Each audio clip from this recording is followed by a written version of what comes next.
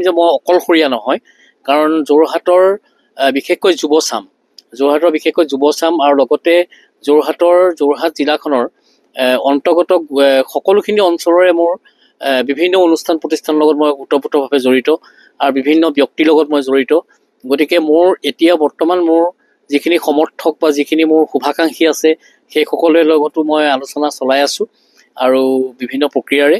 আৰু তেখেতসকলে বহুখিনি কথাই মোক কৈছে, কাৰণ আমি ৰাজনীতি যিহেতু কৰিছোঁ, আমি ৰাইজৰ কাৰণে কিবা কৰিব লাগিব আৰু সমাজখনৰ কাৰণে আমি আচলতে কৰিবলৈ ওলাই আহিছোঁ সৰুৰ পৰাই আৰু এতিয়াও কৰি আছোঁ। আৰু প্ৰায় 19 বছৰৰ পৰাই মই ৰাইজৰ লগত আছোঁ আৰু এতিয়া মোৰ বৰ্তমান 50 বছৰ হওঁ হৈছে। গতিকে সকলো সময়তে মই ৰাইজৰ লগত থাকিবলৈ চেষ্টা কৰিছোঁ। আৰু আপোনালোকে নিশ্চয়কৈ জানে যে মই মানুহৰ বিপদ আপদৰ সময়ত মই প্ৰত্যেকটো ক্ষণতে মই থাকোঁ। গতিকে তেনেধৰণৰ ক্ষেত্ৰত মই ৰাইজৰ কাৰণে কাম কৰিবলৈ আচলতে ইচ্ছা আছে। আৰু এই ক্ষেত্ৰত যিটো কংগ্ৰেছ দললৈ যোৱা কথাটো যিটো চৰ্চা চলিছে, সেই চৰ্চাটো আজি বিশেষকৈ 10 দিনমানৰ পৰা বিশেষভাৱে মোলৈ ফোন আহিছে আৰু বিভিন্ন ধৰণে মোলৈ কথা বাৰ্তা হৈছে। আৰু মই শীৰ্ষ নেতৃত্বৰ লগত আলোচনা কৰিছোঁ নাই কৰা সেইখিনি মই এতিয়া মুখ খুলিব বিচৰা নাই। আৰু গতিকে মই সময়ত নিশ্চয় সকলোখিনি কথা মই আপোনালোকৰ আগত মই অৱগত কৰিম। কিন্তু এতিয়া বৰ্তমান মোৰ যিখিনি শুভাকাংক্ষী, যিখিনি মোৰ সমৰ্থক আছে, যিখিনি মোৰ শুভাকাংক্ষী আছে, যুৱ বন্ধুসকল আছে, তেওঁলোকৰ লগত মই পৰ্যায়ক্ৰমে মই আলোচনাত মই এইকেইদিন কৰি আছোঁ।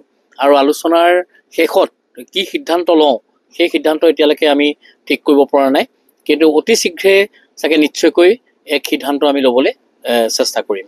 যিটো ওলাই আছে যে বিজেপি ত্যাগ কৰিব ঈশ্বৰ প্ৰসন্ন বৰদলৈ, একেচাতে মানে নহয় বুলি নকয় আপুনি? নহয়, চাওক, মই বিজেপি এৰা কথা নহয়, কাৰণ মই বিজেপিৰ এজন সক্ৰিয় কাৰ্যকৰ্তা হিচাপে এতিয়া বৰ্তমান কাম কৰি আছোঁ। আজি ৰাতিপুৱাও মই যুৱ মৰ্চাৰ এক অনুষ্ঠানত মই আমন্ত্ৰণক্ৰমে মই উপস্থিত আছিলোঁ। আৰু ছেকেণ্ড কথা হ'ল, ভাৰতীয় জনতা পাৰ্টি মই যোৰহাট জিলাৰ সাধাৰণ সম্পাদক হিচাপে মই কাৰ্যনিৰ্বাহ কৰিছিলোঁ। আৰু বিশেষ কিছু দলীয় সভাপতিৰ লগত মোৰ মতানৈক্যৰ বাবে মই আজি 1.5-2 বছৰ আগতে মই জিলা সাধাৰণ সম্পাদকৰ পৰা মই পদত্যাগ কৰিছিলোঁ। আৰু তাৰ পাছত তেতিয়াও মই দলৰ কৰ্মী হিচাপে মই কাম কৰি যাবলৈ চেষ্টা কৰিছিলোঁ। আৰু শেষত মোক ৰাজ্যিক সভাপতি ভৱেশ কলিতা ডাঙৰীয়াই, সাধাৰণ সম্পাদক দীপৰঞ্জন শৰ্মা ডাঙৰীয়াই মোক এটা ৰাজ্যিকৰ দায়িত্ব দিছে। মই বাণিজ্যিক কোষৰ মই সহায়ক হিচাপে এতিয়া বৰ্তমান মই কাম কৰি আছোঁ বৰ্তমানলৈকে। কিন্তু কথাটো হৈছে এনেকুৱা ধৰণৰ যে মই গোটেই সমগ্ৰ অসমৰ কথা ক'বলৈ নাযাওঁ, কিন্তু যোৰহাটত আমাৰ কিছু ক্ষোভ নথকা নহয়, ক্ষোভ আছে। আৰু বহুখিনি কৰ্মীৰ লগতো মোৰ আলোচনা হৈছে আৰু সেই কৰ্মীসকলেও বহুত ক্ষোভ আছে। আৰু সেইসকলে মোৰ লগত দিনে ৰাতিয়ে মোৰ লগত আলোচনা কৰিছে।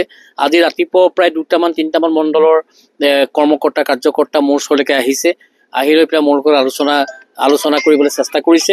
আৰু বিশেষকৈ আমাৰ যিসকল সক্ৰিয় কাৰ্যকৰ্তা, যিসকল পুৰণা কাৰ্যকৰ্তা, যিসকলে এটা সময়ত ভাৰতীয় জনতা পাৰ্টীক প্ৰতিষ্ঠা কৰিবৰ কাৰণে তেখেতসকলে আহুপৰুষত্ব চেষ্টা কৰিছিলে, নিজৰ তেজ বল হানি কৰি তেওঁলোকে দলটো গঠন কৰিছিলে। গতিকে তেখেতসকলে মোৰ লগত আলোচনা কৰিছে যে এনেকে ধৰণে যদি হৈ থাকে যোৰহাটত, তেনেহ'লে হয়তো আমি দলটো ৰাখিব নোৱাৰিম।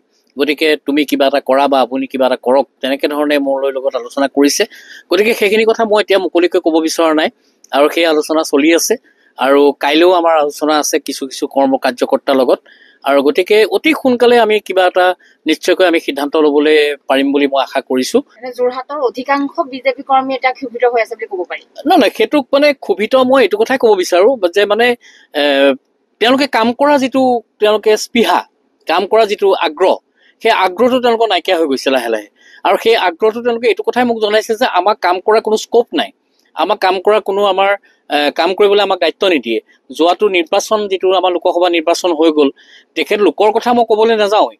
মই যিহেতু ৰাজ্যিকৰ দায়িত্বত আছিলোঁ বা মই যোৰহাটৰ সমাজ জীৱনৰ লগত এগৰাকী জড়িত ব্যক্তি হিচাপে মোকো আঁতৰাই ৰখা হ'ল। গতিকে তেনেকুৱা ধৰণৰ ক্ষোভ কিছুমান নথকা নহয়। গতিকে সেই ক্ষোভখিনি আমি উচিত সময়ত আমি হয়তো মাৰ যোৱাব লাগিব। আৰু সেই মাৰ যোৱাৰ ক্ষেত্ৰত আমি কি সিদ্ধান্ত লওঁ সেই সিদ্ধান্ত আপোনালোকক অতি সোনকালে আমি জনাম।